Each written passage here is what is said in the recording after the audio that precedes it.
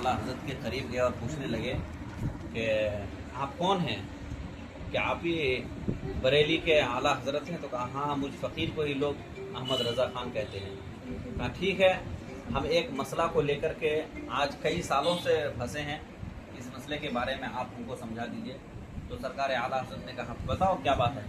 कहा ये जो रुपया पैसा होता है ये कागज़ का टुकड़ा होता है, कागज़ से बना हुआ है, लेकिन ये कागज़ के टुकड़े से हीरा खरीदना कैसा है, हीरा की कीमत तो अलग ही है।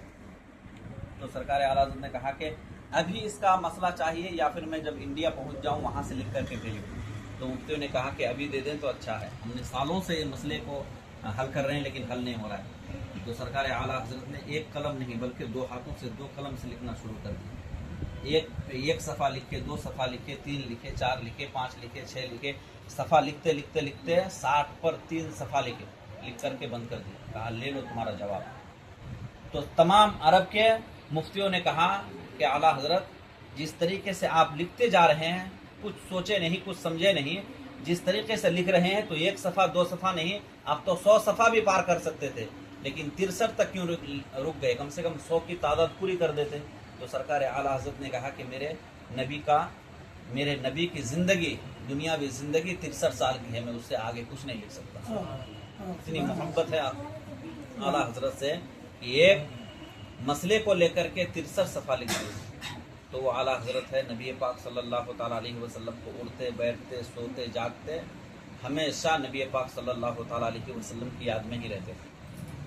और नबी से मोहब्बत करने वाले हज़रत अवैस करनी कितनी मोहब्बत करते थे कि हज़रत अवैस करनी जब नबी को देखने की चाहत रखे, हर रोज़ रोते थे, हर रोज़ बिलखते थे कि नबी को देखूं। हज़रत अवैस करनी की माँ नाबीना थी, आँखों से अंधी थी, देख नहीं पाते थे। तो एक दिन की बात है, अवैस करनी से उसके माँ ने कहा बेटा तू मोहम्मद को देखने के लिए बहुत चाहत रखता है, एक काम कर, आज सुबह से शाम तक जितना सारा काम हो मुझे जल्दी जल्दी करके दे दे, मैं घर के अंदर रह करके सारा इंतज़ाम पूरी कर लूँगी, जैसे ही मगरिब का वक्त हो जाए तुम वापस आ जाना। तो हज़रत अवैस करनी ने सारा खुशी खुशी काम को अंजाम दे दिए। देने के बाद घर से रवाना हो गए। तो जो काफिले वालों के साथ जाना था वो काफिले को निकलने का देरी था। अवैस करनी सोचने लगे कि मैंने माँ से वादा कर लिया है, शाम को वापस आना है, निकल गए। जल्दी जा रहे हैं। जाते जाते जैसे ही मदीने के हुदूद में पहुँचे तो छोटे छोटे बच्चे मदीने की गलियों में खेल रहे हैं। तो अवैस करनी, मोहब्बत देखो, अवैस करनी कोई बच्चों को उठा करके किसी का पेशानी को चूम रहे हैं, किसी के रुखसार को चूम रहे हैं, किसी के सीने को चूम रहे हैं।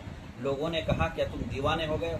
कहा मैं दीवाना इसलिए हो गया हूँ कि मैं मोहम्मद के शहर में सांस लेने के लिए इतने सालों से तड़पता हूँ। ये बच्चे मोहम्मद की शहरों में खेला करते हैं, ये बच्चे मोहम्मद के शहर में खेला करते हैं, इसीलिए मैं बच्चों से मोहब्बत करता हूँ। चले नबी पाक सल्लल्लाहु ताला अलैहि वसल्लम के घर के करीब अंदर से आवाज़ आई, कौन? कहा मैं करन से आया हूँ नबी पाक से मिलने के लिए। अभी तो कुछ देर हुआ, नबी घर से बाहर गए हैं। कब तक आएंगे? कोई पता नहीं। तो नबी पाक सल्लल्लाहु ताला अलैहि वसल्लम के आने के इंतज़ार नहीं गए। कहा ठीक है, कम से कम मुझे नबी जहाँ बैठते हैं वो हुजरा दिखा दीजिए। जैसे ही दरवाज़ा खोला अंदर गए, कभी बिस्तर को चूम रहे हैं, कभी तकिया को चूम रहे हैं, कभी दीवार को चूम रहे हैं। तो अंदर से आवाज़ दी माँ आयशा ने कि इतने ही मोहब्बत है तो कुछ देर रुक के इंतज़ार कर लो। कहा मैं इंतज़ार नहीं कर सकता, इसलिए कि मेरी माँ नाबीना है, मैं उनसे वादा करके आया हूँ कि मुझे मगरिब के यहाँ पहुँच जाना है। अवैस करनी निकल करके वापस चले गए। कुछ देर चले गए। कुछ देर हुआ, नबी पाक सल्लल्लाहु ताला अलैहि वसल्लम घर आए। घर आने के साथ अंदर ही पहुंचे तो नबी पाक को उसकी खुशबू की महक मालूम हो गया। नबी ने कहा नबी ने कहा कि आयशा कौन आए थे? कहा मुझे नहीं पता, कोई दीवाना सा था, मजनू जैसा था, पागल जैसा था, बाल बिखरे हुए थे, चेहरे पे गर्द गुबार था, धूल लगा हुआ था, बस बिस्तर को चूम रहा है, कभी तकिया को चूम रहा है, कभी और कुछ चूम रहा है। मैंने कहा कि कुछ देर इंतज़ार कर लो। कहा मैं इंतज़ार नहीं कर सकता, मेरी माँ नाबीना है, मैं उससे वादा करके आया हूँ, इसलिए जल्दी निकल गया। तो हमारे नबी सल्लल्लाहु ताला अलैहि वसल्लम ने माँ आयशा से कहा कि जानते हो वो कौन है? वो करन से अवैस करनी आए हैं मुझसे मिलने के लिए। मिलने नहीं पाए, तो मिल नहीं पाए तो अवैस करनी जल्दी वापस गए। जाके घर मगरिब से पहले पहुंच गए।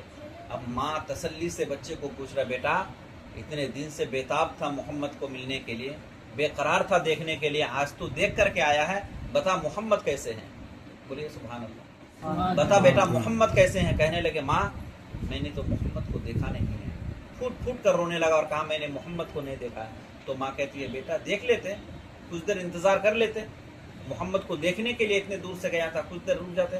कहा माँ कैसे रुकता, तुझसे वादा करके मैं गया था, अगर मोहम्मद से मिलने के लिए रुक जाता तो तेरा वादा खिलाफी हो जाता। यहाँ दो बात समझ में आती है, एक नबी के मोहब्बत और एक माँ के नाफरमान ना हो, माँ की वफादारी।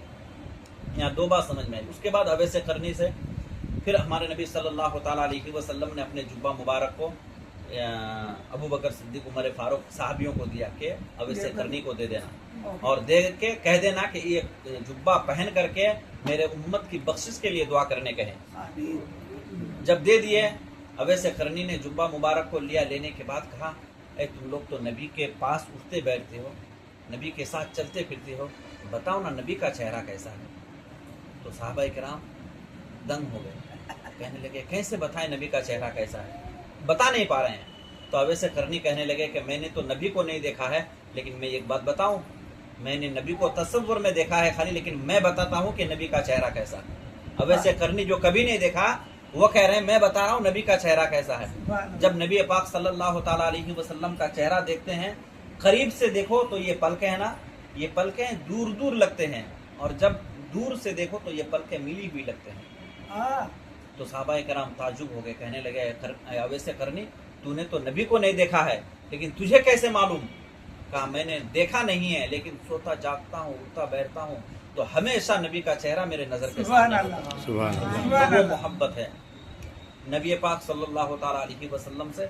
हमें और आपको सबको, अगर हम मोमिन मुसलमान है तो नबी को अपने माल से, जान से, औलाद से, दौलत से, हर चीज से ज्यादा मोहब्बत करना है, तभी वो ईमान वाले हो सकते हैं, नहीं तो हम मुसलमान होकर कोई फायदा नहीं होगा। क्या बोले थे?